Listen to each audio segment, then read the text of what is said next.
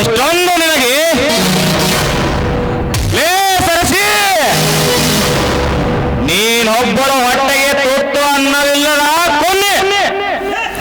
ಇನ್ನು ನಿನ್ನ ತಂದೆಯಂತೂ ನಮ್ಮ ಹತ್ತಿರ ಸಾಲ ಮಾಡಿ ಇನ್ನೂ ಮುಖ ತೋರಿಸದ ಬಡಪಾಯ.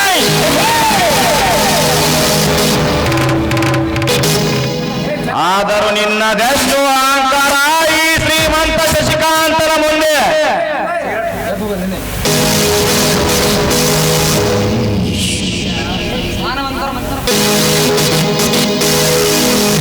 ಮಾನವಂತರ ಮನೆತನ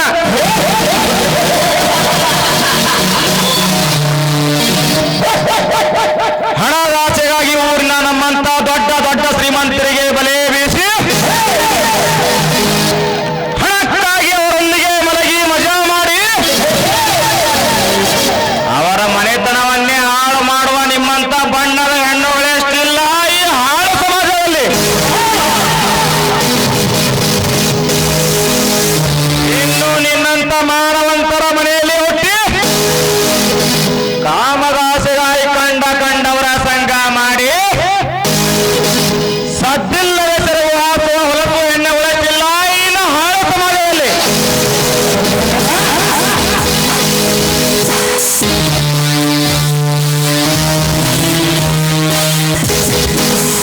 ಗಂಡನ ಮುಂದೆ ಗಂಡನಂತೆ ಮಿಂಡನ ಮುಂದೆ ಮಿಂಡನಂತೆ ಮಾತನಾಡಿ ಗರತಿಯ ಸೋಗು ಹಾಕಿ ಸೋಳೆತನ ಮಾಡುವ ಸೋಳೆಲ್ಲ ನೀನು ಹಾಳು ಸಮಾಜದಲ್ಲಿ.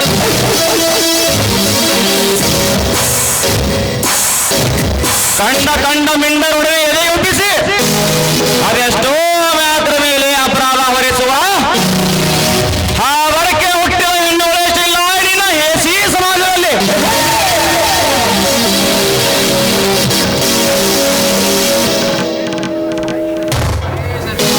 ಲೇ ಸರಸಿ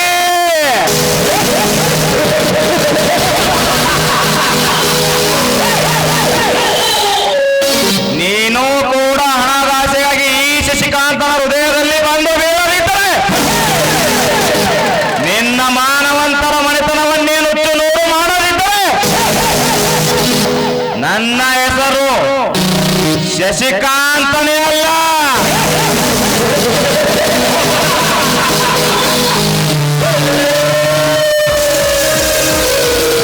ಡ್ಯಾಡಿ ಏ ಡ್ಯಾಡಿ ಸಟ್ಟಿ ಲೇ ಸಟ್ಟಿ ಲೇ ಸಟ್ಟಿ ನೋಡೋಣ.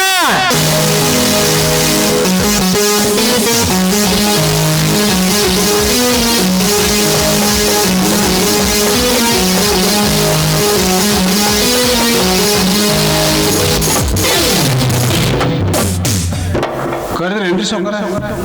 ಲೇ ಖಂಡ ಶಿಷ್ಯ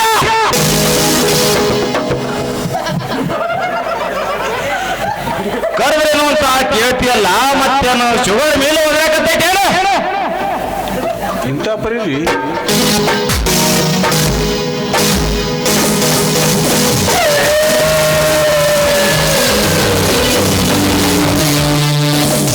cool down Shashi cool down. ಹಾ ಮತ್ತೇನು ಶಶಿ ವ್ಯಕ್ತಿ ಮೇಂಟೆನೆನ್ಸ್ ಎಲ್ಲ ಸರಿ ಇದೆ ತಾನೇ? ಎಲ್ಲ ಸರಿ ಇದೆ ಡ್ಯಾಡಿ. ಆದರೆ ಎಂದು ಸುಮ್ಮನಾದರೆ ನನಗೇನು ಗೊತ್ತಾಗಬೇಕು ಅದೇನಂತ ಹೇಳಿ ಶಶಿ. ಅದೇನಂತ ಹೇಳಿ ಡ್ಯಾಡಿ. ವಯಸ್ಸಿಗೆ ಬಂದ ಈ ನಿಮ್ಮ ಮಗನಿಗೆ ಮದುವೆ ಯಾವಾಗ ಮಾಡೋದು? ಮದುವೆ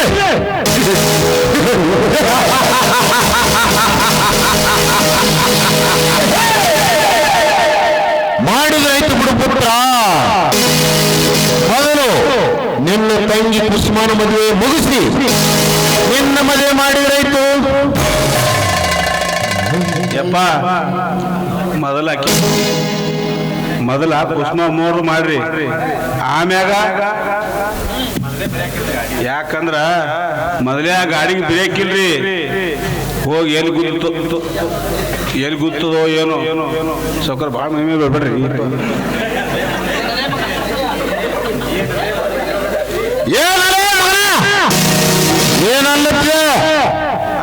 ಏನಿಲ್ರಿ ಸೌಕರ, ಮೊದಲ ಕುಸುಮ ಅಮ್ಮವ್ರಿಗೆ ಮಾಡ್ರಿ, ಆಮ್ಯಾಗ ಅಂದಿನ್ರಿ ಅಪ್ಪ, ನಾ ಏನಂದ್ರಿ ನಿಮ್ಗ? ಹಾ ಶೆಟ್ಟಿ, ನಿನ್ನ ಬಾಂಬೆಯಿಂದ ಬಂದಿರೋದು ಕುಸುಮ ನೋಡು, ಒಳಗೆ ಇದ್ರೆ ಕರ್ಕೊಂಡವ ಮಗನ. ಆಯ್ತ್ರಿ, ಅದ್ರ ಅಷ್ಟೇ ಆಗ್ರಿ, ಇಲ್ಲಿದ್ರು ಕರ್ಕೊಂಡು ಬರ ಮಗನ ರೀ ಕುಸುಮ ಬೇಡವ್ರೆ. ಮಗ ಎಲ್ಲಾದ್ರು ನಾಸ್ತ ಮಗ ಹೆಣ್ಣು ನೋಡಿದ್ಯಾ? ಹೆಣ್ಣಿಗೆ ನನಗೇನು ಕಡಿಮೆ ಡ್ಯಾಡಿ, ನೀವು ಹೂ ಅಂದ್ರೆ ಸಾಕು, ಸಾವಿರ ಸಾವಿರ ಹೆಣ್ಣುಗಳು ಬಂದು ಬೀಳುತ್ತವೆ ನನ್ನ ಪಾದದಡಿಯಲ್ಲಿ.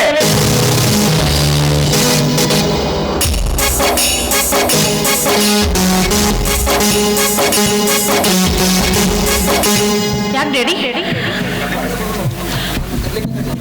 ನನ್ನನ್ನು ಕರೆಯಲಿಕ್ಕೆ ಕಳಿಸಿದ್ರಲ್ಲ, ಯಾಕೆ? ಹೌದು ಮಗಳೇ, ನೋಡು ಕುಸುಮ, ನಮಗೆ ಸಾಕಷ್ಟು ಆಸ್ತಿ ಅಂತಸ್ತು ಸಂಪತ್ತು ಎಲ್ಲ ಇದೆ, ಆದರೆ ಮನಸ್ಸಿಗೆ ನೆಮ್ಮದಿ ಮಾತ್ರ ಇಲ್ಲ.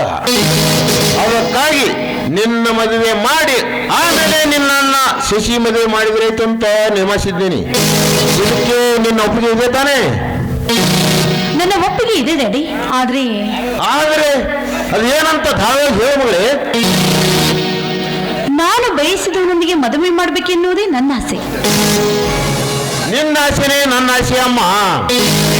ನಮ್ಮ MLA ಸಾಹೇಬ್ರ ಮಗ ನಿನ್ನ ಪಕ್ಕ ದುಡಿತಾನೆ, ಅವರೇ ಫೋನ್ ಮಾಡಿದ್ರು ನಿನಗೆ ನೋಡ್ಲಿಕ್ಕೆ ಬರ್ತೀವಂತ. ಇಲ್ಲ ಡ್ಯಾಡಿ, ನೋಡಿ, ನನಗೆ ಯಾವ MLA ಬೇಡ, ಯಾವ MP ಬೇಡ. ನನಗೆ ನಮ್ಮ ಫ್ಯಾಕ್ಟ್ರಿಯಲ್ಲಿ ಕೆಲಸ ಮಾಡ್ತಿದ್ದಾನಲ್ಲ ಮಹೇಶ, ಅವನನ್ನೇ ನಾನು ಮದುವೆ ಆಗೋದು. ಯಾಕೆಂದ್ರೆ ಅವನನ್ನು ನಾನು ತುಂಬಾ ಪ್ರೀತಿಸ್ತಿದ್ದೀನಿ, ಅವನು ಅಷ್ಟೇ ನನ್ನನ್ನು ತುಂಬಾ ಪ್ರೀತಿ ಮಾಡ್ತಿದ್ದಾನೆ. ಏ ಕುಸುಮ,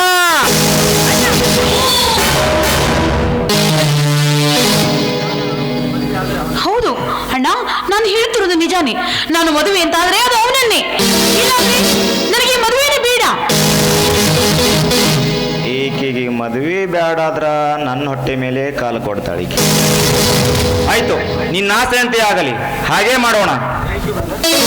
thank you brother, thank you so much. ನೋಡಿ ಡ್ಯಾಡಿ, ನನಗೆ ಇರೋಳು ಒಬ್ಬಳೆ ತಂಗಿ, ಅವಳು ಯಾರನ್ನು ಮನಸಾರೆ ಮೆಚ್ಚಿದಾಳೋ ಅವರಿಗೆ ಕೊಟ್ಟು ಮದುವೆ ಮಾಡೋಣ. ಅಲ್ಲೋ ಶಶಿ, ನಾನು ಸುತ್ತ 10 ಹಳ್ಳಿಗೆ ಶ್ರೀಮಂತನಿಂದ ಮೆರೆಯುವಾಗ ಅದು ಯಾವ ಬಡಪಾಯಿಗೆ ನನ್ನ ಮಗಳನ್ನ ಕೊಟ್ಟು ಮದುವೆ ಮಾಡೋದಾ? ಡ್ಯಾಡಿ, ಅವರು ಹೇಗೆ ಇರಲಿ, ಆ ಬಡಪಾಯಿ ನಮ್ಮ ಫ್ಯಾಕ್ಟ್ರಿಯಲ್ಲೇ ಕೆಲಸ ಮಾಡೋದು, ನಮಗೂ ಸ್ವಲ್ಪ ಜವಾಬ್ದಾರಿ ಕಡಿಮೆ ಆದಂಗಲ್ವೇ?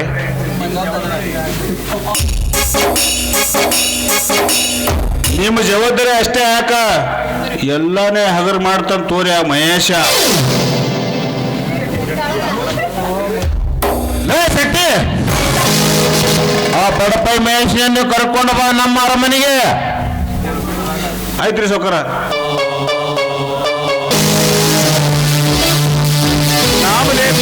ಸೈತಾನ್ ಹಜಾರ್ ಅಂದಂಗ ಬಂದೇ ಬಿಟ್ಟು ನೋಡ್ರಿ.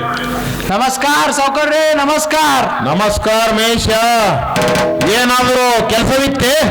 ಇತ್ತು ಸೌಕರ್ಯ, ಕೆಲಸವಿತ್ತು, ಆದರೆ ಅದೇನಂತ ಧಾವೆ ಹೇಳು Mahesh.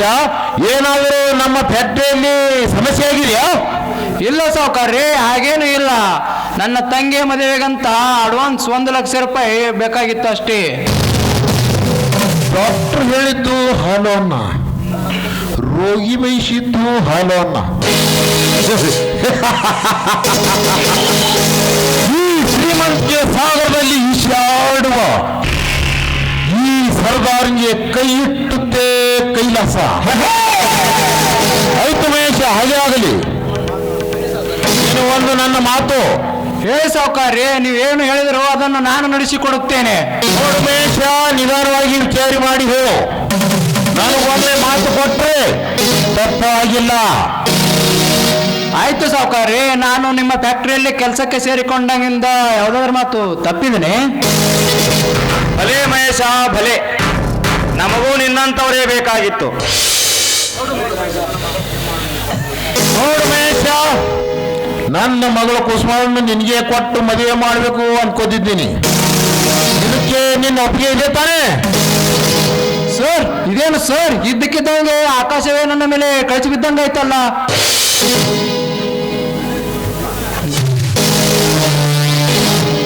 Don't worry Mahesh, don't worry. ಈಗಾಗಲೇ ಎಲ್ಲ ವಿಷಯವನ್ನ ನಮ್ಮ ಡ್ಯಾಡಿಗೆ ನನ್ನನ್ನ ಪಂಜರದ ಗಿಳಿಯಾಗಿ ನೋಡ್ಕೊಂಡಿದ್ದಾರೆ ನಮ್ಮ ಡ್ಯಾಡಿ. ನಾನು ಕೇಳಿದ ಅವರು ಯಾವತ್ತೂ ಇಲ್ಲ ಅಂತ ಹೇಳೇ ಇಲ್ಲ. ನೀವು ಅದರ ಬಗ್ಗೆ ತಲೆ ಕೆಡಿಸ್ಕೋಬೇಡಿ, ಮನಸ್ಸನ್ನ ಸ್ವಲ್ಪ ಗಟ್ಟಿ ಮಾಡ್ಕೊಳ್ಳಿ, ಎಲ್ಲ ಒಳ್ಳೇದಾಗುತ್ತೆ. ಮೊದಲೇ ನಮ್ಮದು ಬಡತನ, ನನ್ನ ತಂಗಿಯ ಬಾಳು ಕೂಡ ಬಂಗಾರವಾಗುವುದು. ನಮ್ಮ ತಂದೆ ಇಷ್ಟು ದಿನ ಕಷ್ಟಪಟ್ಟು ದುಡಿದಿದ್ದು ಸಾರ್ಥಕವಾಗುವುದು. ಆಯ್ತು, ಹಾಗೇ ಆಗಲಿ. ಆದರೆ 1 ಲಕ್ಷ ಹಣ ಮಾತ್ರ ಇಲ್ಲ ಅನ್ಬೇಡಿ, ನಿಮಗೆ ಕೈ ಮುಗಿದು ಬೇಡಿಕೊಳ್ಳುತ್ತೇನೆ.